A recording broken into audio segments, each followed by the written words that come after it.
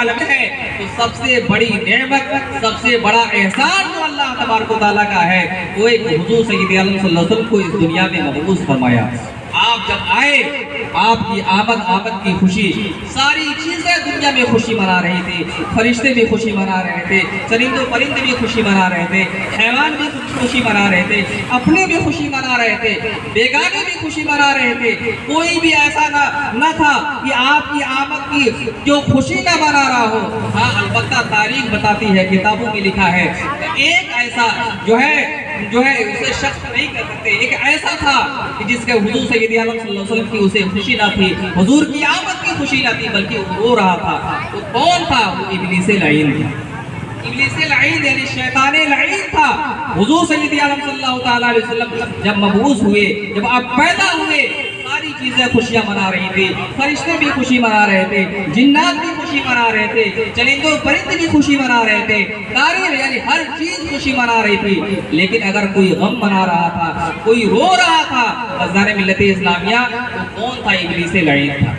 آج بھی کچھ لوگ ہیں، جب ہم محفل میلاد پاک کا انعقاد کرتے ہیں، جب ہم جلوس نکالتے ہیں، جب چراغاں کرتے ہیں، میلاد کا اہتمام کرتے ہیں، اپنے گھر میں ذکر و اذکار کرتے ہیں، تو بہت سے لوگوں کے پیٹ میں مروڑ ہوتا ہے، درد ہوتا ہے۔ وہ کہتے ہیں کہاں لکھا ہے، کہاں لوگوں نے ایسا کیا، کہاں صحابہ کرام نے ایسا کیا؟ ازداد ملت اسلامیہ اس بحث میں آپ نہ جائیں۔ میں آپ کو بتا دوں کہ میلاد کا تذکرہ قرآن پاک میں موجود ہے۔ حضور سید عالم صلی اللہ علیہ وسلم کی ولادت کا تذکرہ، آپ کی پیدائش کا تذکرہ حدیث پاک میں موجود ہے، بلکہ حضور سید عالم صلی اللہ علیہ وسلم نے خود اپنی میلاد منائی۔ میں آپ کو ایک حدیث سناتا ہوں۔ آقا سید عالم صلی اللہ علیہ وسلم پیر کے دن روزہ کیوں رکھتے ہیں؟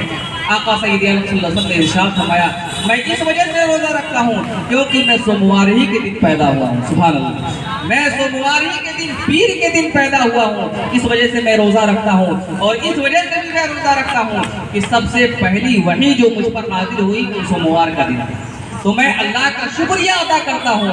اس وجہ سے حضور سید عالم صلی اللہ علیہ وسلم ہر سوموار کے دن، ہر پیر کے دن روزہ رکھتے ہیں۔ تو یہ گویا حضور سید عالم صلی اللہ علیہ وسلم نے اپنی میلاد خود منائی۔ ایک اور حدیث پاک میں آپ کے سامنے گزارا کرتا ہوں، ذکر کرتا ہوں۔ حضور سید عالم صلی اللہ علیہ وسلم ارشاد فرماتے ہیں کہ جب میں پیدا ہوا تو میری پیدائش کے وقت حضرت آمینہ رضی اللہ تعالیٰ عنہ جو حضور سید عالم صلی اللہ علیہ وسلم کی والدہ محترمہ ہے، آپ فرماتے ہیں کہ میری والدہ محترمہ نے ایک ایسا نور دیکھا، اس نور کی روشنی میں اس نور کی روشنی میں شام کے محلات نظر آئے۔ شام کے محلات کو آپ نے دیکھ لیا، اور آپ نے یہ بھی فرمایا، حضرت آمینہ رضی اللہ تعالیٰ عنہ کہتی ہیں کہ جس وقت محمد صلی اللہ تعالیٰ علیہ وسلم پیدا ہوئے تو ایسا لگتا تھا کہ ستارے زمین پر لٹک آئے، ستارے زمین پر لٹک آئے ہیں۔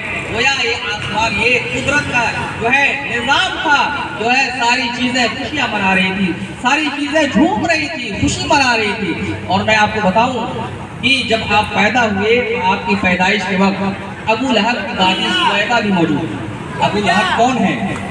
رشتے کے اعتبار سے وہ حضور سید عالم صلی اللہ علیہ وسلم کا چچا لگتا ہے۔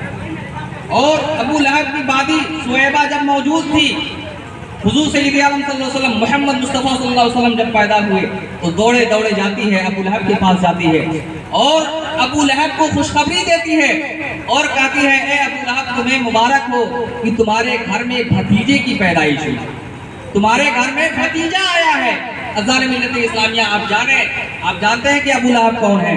ابو لہب یہ اسلام کا سب سے بڑا مخالف، مسلمانوں کا سب سے بڑا مخالف۔ حضور سید عالم صلی اللہ علیہ وسلم نے جب آپ نے اعلان نبوت کیا، لوگوں سے کہا، اے لوگوں، ایک اللہ کی عبادت کرو، اس کی جس نے تمہیں پیدا کیا، جس نے تمہارے باپ دادا کو پیدا کیا، جس نے زمین بنائی، جس نے آسمان بنایا، جس نے سب کچھ بنایا، جس نے تمہارے باپ دادا سب کو پیدا کیا، وہی قابل پرستش ہے، وہی عبادت کے لائق ہے، وہی پوجا کے لائق ہے۔ ازدار ملت اسلامیہ یہ بات عقل میں بھی آنے والی ہے، سب کوئی مانتا ہے کہ ہاں عبادت کے لائق وہی ہو سکتا ہے جو کسی کا محتاج نہ ہو، جو ہر چیز پر قدرت رکھتا ہو، جو زمین کا خالق ہو، جو آسمان کا خالق ہو، جو انسانوں کا خالق ہو، جو ہر چیز کا خالق ہو، عبادت کے لائق وہی ہو سکتا ہے۔